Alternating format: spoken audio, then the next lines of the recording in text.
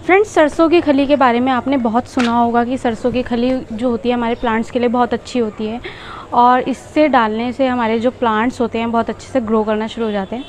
तो आज जानते हैं कि सरसों की खली होती क्या है और ये हमें कहाँ से मिलती है। उससे पहले कि मैं संध्या कश्यप आप सभी का स्वागत करती हूँ आपके अपने YouTube channel Kashyap garden care में। तो सरसों की खली एक ऐसी चीज़ है जो हमें हमारे प्लांट में बहुत अच्छी जान डाल देती है, जिसे डालने से हमारे जो भी फ्लावरिंग वाले प्लांट हैं, जो भी फल सब्जियों के प्लांट हमने छत पे लगा रखे हैं, उन सब में एक नई ग्रोथ हमें देखने को मिलती है, जिसकी वजह से अब बात करते हैं सरसों की खली होती क्या है, ये कहाँ मिलती है और ये हमें कैसे मिलेगी। तो सरसों की खली एक ऐसी चीज़ है, ये आप देख सकते हो सरसों की खली मैंने यहाँ पर निकाल कर रखी हुई है। ये सरसों की खली होती है जो भी आपके जो सरसों हम घर में खाते हैं, जो मस्टर्ड ऑयल खाते हैं, तो जो भी कोल्हू होते हैं या कोल्हू की जो शॉप होती है वहाँ पर ये आपको इजीली मिल जाएगी। अगर आपको ये वहाँ पर नहीं मिलती तो आपको नर्सरी पे इजीली आपको ये मिल जाएगी। आप वहाँ पे जाके बोलेंगे सरसों की खली हमें दे दीजिए, तो आपको वहाँ पे सरसों की खली इजीली मिल जाएगी। इसे इंग्लिश में मस्टर्ड केक भी कहा जाता है। तो सरसों की खली एक्चुअली सरसों का तेल निकालने के बाद जो सरसों का जो गूदा बचता है, पल्प बचता है, वो ड्राई हो जाने के बाद वो जो जानवरों को खिलाने के लिए और प्लांट में फर्टिलाइज़र के रूप में यूज़ किया जाता है।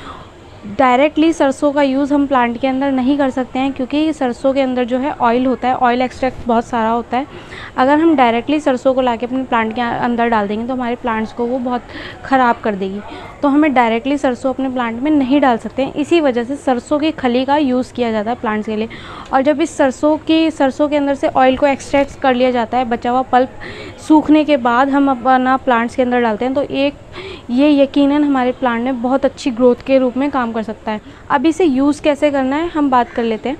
तो आपको 250 ग्राम, आप जितनी भी सरसों की खली लेकर आए हैं, 250 ग्राम सरसों की खली, वैसे ये 250 ग्राम से थोड़ी सी ज़्यादा है, तो 250 ग्राम सरसों की खली लेकर 1 लीटर पानी के अंदर भिगो करके 3 से 4 दिन के लिए रख देना। हमें डायरेक्टली सरसों की खली अपने प्लांट में यूज़ कर सकते हैं, लेकिन इस फॉर्म में हम इसे यूज़ नहीं करेंगे। इस फॉर्म में यूज़ करने से पहले हम इसका अच्छे से पाउडर बना लेंगे, क्योंकि पाउडर बनाने के बाद प्लांट की अच्छे से गुड़ाई करने के बाद जब इसे ऐड किया जाएगा। तो अब बात करते हैं कि सरसों की खली को हम प्लांट में डालने के फ़ायदे क्या क्या हैं। सरसों की खली को प्लांट में डालने के फ़ायदे ये हैं, जो भी हमारे फ्लावरिंग प्लांट है वो बहुत टाइम से फ्लावरिंग नहीं कर रहे हैं, या ऐसा होता है प्लांट्स फ्लावरिंग करने के बाद एक टाइम ऐसा आता है कि वो फ्लावर बनते हैं और बनने के बाद गिर जाते हैं। या वेजिटेबल वाले जो हमारे प्लांट हैं, हम उनमें वेजिटेबल्स तो ग्रो कर लेते हैं, मगर फ्लावर आने के बाद उनमें वेजिटेबल उतनी ग्रो नहीं हो पाती जितनी हम उम्मीद लगा कर बैठे होते हैं। तो ये सरसों की खली एक ऐसा फर्टिलाइज़र है, जब आप इसको अपने प्लांट्स के अंदर ऐड करेंगे तो ये आपके जो भी फूलों वाले पौधे हैं, वेजिटेबल्स वाले प्लांट हैं, उन सभी के अंदर आप इसे डालेंगे तो आपको एक नई ग्रोथ देखने को मिलेगी। और जो फ्लावरिंग आपकी नहीं हो रही है, ये आपके फ्लावरिंग को दुगना कर देगी। जो भी सब्जियों वाले प्लांट है वहाँ पे आपकी ढेर सारी सब्जियाँ भी आना शुरू हो जाएगी। आप सरसों की खली को पाउडर फॉर्म में भी अपने प्लांट्स में यूज़ कर सकते हैं, और जैसे ये इस फॉर्म में है आप इस तरीके से भी यूज़ कर सकते हैं। प्लांट की अपने गुड़ाई करके इसके थोड़े से ग्रैनुअल्स लेकर ये अपने प्लांट के अंदर डाल दीजिए, उससे भी आपका काम हो जाएगा। तो सबसे अच्छा इसे जैसे यूज़ करने के लिए माना जाता है कि आप अपने इसको ना लिक्विड फॉर्म में तैयार कीजिए। तो लिक्विड फॉर्म में इसे कैसे तैयार करना, आइए चलिए मैं आपको दिखाती हूँ। तो फ्रेंड्स, मैंने सरसों की खली का जो वो तैयार करने के लिए, फर्टिलाइज़र तैयार करने के लिए कुछ नहीं किया था। कुछ इस प्रकार की हमारी जो है सरसों की खली होती है। ये आपसे मैं 48 घंटे पहले की वीडियो दिखा रही हूँ। तो 48 घंटे पहले कुछ ये मेरे पास सरसों की खली कुछ इस प्रकार से थी, आपको दिख रही है मेरे हाथ में, ये सूखी ड्राई फॉर्म में। तो इसको मैंने क्या किया है, जस्ट अभी मैंने इतनी सारी जो ये सरसों, मैंने 250 ग्राम सरसों की खली लेकर और ये 1 लीटर पानी के अंदर मैंने भिगो कर रख दिया है। तो आप इसके अंदर छोटे छोटे ग्रैनुअल्स इसके देखोगे कि ये अभी पानी के अंदर घुले नहीं है। तो मैंने इसको अभी आधे घंटे पहले जस्ट डाला है पानी के अंदर। अभी इसको हम 48 आवर्स के लिए भीगने ऐसे ही छोड़ देंगे। जब भी इसका जो एक्सट्रैक्ट है पूरा अच्छे से सरसों की खली का मतलब जो मस्टर्ड केक का, वो हमारे वाटर के अंदर आएगा। तो 250 ग्राम सरसों की खली है मेरी, मतलब ये तो मैं 1 किलो लेकर आई थी। 250 ग्राम सरसों की खली को आपको 1 लीटर पानी के अंदर अच्छे से भिगो कर रख लेना है। उसके बाद आपको कैसे प्रिपेयर करना है वो मैं आपको आगे वीडियो में दिखा देती हूँ। सरसों की खली का जो लिक्विड फर्टिलाइज़र वो किस तरीके से प्रिपेयर करना है वो आप देख चुके हो। तो अब 48 घंटे के बाद तो आप ये देख सकते हो ये किस तरीके से तैयार है। तो ये 48 घंटों से भी ज़्यादा वक्त हो गया है। तो उस टाइम में मैंने आपको दिखाया था कि ये जो सरसों के दाने थे कितने मोटे मोटे से थे। अब आप इसको देख सकते हो। तो ये प्रिपेयर हो गया। इसकी पहचान हम कैसे करेंगे, जब आप इसको जिस भी कंटेनर में आप तैयार कर रहे हो, तो जब भी आप इसको खोलोगे तो इसमें बहुत तेज़ महक आएगी। वो महक किस तरीके से आएगी, जैसे सरसों का तेल गर्म किया जाता है तो उसकी एक महक आती है ना, जो आँखों में लगने शुरू हो जाती है। तो उसी तरीके से जब ये फर्टिलाइज़र बनने के बाद 48 घंटे या आप उससे ज़्यादा भी रख सकते हो, ज़्यादा रखोगे तो आपके लिए और भी अच्छा है। तो आप इसको मिट्टी के बर्तन में बनाओगे वो आपके लिए और भी बेस्ट है, या तो प्लास्टिक के बर्तन में आप बनाओ। तो प्लास्टिक, इसे बनाने के लिए हमें कोई भी धातु का बर्तन नहीं लेना है और इसे चलाएं आप, बिल्कुल भी हाथ ना लगाएं, क्योंकि हो सकता है इसमें कुछ फंगल इन्फेक्शन आ चुका हो या फंगस आ चुका हो, तो हमारे को इन्फेक्शन हो सकता है। तो इसे किसी लकड़ी की सहायता से या किसी और चीज़ की सहायता से आप चलाएं। तो अब आप देख सकते हो कितना गाढ़ा फॉर्म है। उस टाइम पे ये घुला भी नहीं था। तो 1 लीटर पानी के अंदर मैंने इसे डाल दिया था। अब हमें इसे डायरेक्टली अपने प्लांट के अंदर ऐड नहीं करना, अब हम इसे डाइल्यूट कर लेंगे। तो ये मेरे पास आप ये बाल्टी देख सकते हो, ये 10 लीटर की बाल्टी है। ये 1 लीटर पानी को हमें 10 लीटर की बाल्टी के अंदर अपना मिला लेना है। तो देख सकते हो आप, कुछ इस प्रकार से है ये पूरा। इसके अंदर हम इसे घोल लेते हैं। आपका भी ये पीले कलर का कुछ ऐसा फर्टिलाइज़र बनकर तैयार हो जाएगा। अब ये पूरा मिलाने के बाद इसे अच्छे से लकड़ी की मदद से हम इसको अच्छे से मिला लेते हैं। ये देखिए कुछ येलोइश कलर का हो गया है। और वीडियो को बीच में रोकने के लिए मैं आपसे माफ़ी चाहती हूँ। इन पौधों की ग्रोथ जो है मैं करवा सकती हूँ, लेकिन मेरे चैनल की ग्रोथ जो है आप लोग करवा सकते हैं। तो जिन लोगों ने मेरी वीडियो को अभी तक लाइक नहीं किया है, तो वीडियो को थोड़ी भी अच्छी लग रही है तो लाइक कर दीजिए। और जिन लोगों ने चैनल को सब्सक्राइब नहीं किया है, प्लीज़ जाके चैनल को सब्सक्राइब कर लिए। चलिए आगे बढ़ते हैं। 100 ml लेकर अपने सभी प्लांट के अंदर डालेंगे। आपको ये छोटे, मतलब जैसे देखिए ये इतना बड़ा पॉट है, इतने बड़े पॉट के अंदर आपको 100 ml, इतना बड़ा, ये जो मेरा ग्लास है ये 100 ml का ही है। तो इतना बड़ा ही आपको ग्लास इतने बड़े गमले के अंदर डालना है। अगर इससे बड़ा गमला है, जैसे कि ये 11 इंचेस वाला पॉट है, आप ये देख सकते हो, जैसे कि ये मेरा 11 इंच का पॉट है, तो आप इतने बड़े गमले में इसके 2 ग्लास आराम से डाल सकते हो। तो इसे डालना कोई मुश्किल बात नहीं है। आप देखते हैं हम इसे कैसे डालेंगे आगे में। तो ये हमें 100 ml लेकर अपने सभी प्लांट के अंदर ऐसे करके डाल देना है ज़्यादा। और जब भी हम ये अपने प्लांट्स के अंदर डालें तो हमें नीचे रूट्स में डालना है। तो इस तरीके से हमें ये अपने सभी प्लांट्स के अंदर डाल देना है। ये फर्टिलाइज़र यकीन मानिए आपके फूलों वाले पौधों के लिए जादू की तरह काम करेगा। बहुत अच्छे से फ्लावरिंग करना शुरू हो जाएंगे आपके सभी प्लांट। तो इसको डाल देते हैं। ये देखो ये मेरा मोगरा का प्लांट है, तो इसके अंदर भी हम नीचे जड़ों के अंदर इस 100 ml के फर्टिलाइज़र को डाल देते हैं। ये सेकंड मेरा सिंगल लेयर का मोगरा है, इसके अंदर भी ये 100 ml डाल लेते हैं। ये लेमन ग्रास का प्लांट है, इसके अंदर भी थोड़ा थोड़ा डाल लेते हैं। फ्रेंड्स 10 लीटर बाल्टी में मैंने ये बनाया था, तो ये मेरा 2-2.5 लीटर करीब पानी जो है फर्टिलाइज़र जो है बच गया है। तो फ्रेंड्स आपने देखा कि जो मेरा 2.5 लीटर पानी है वो बच गया है।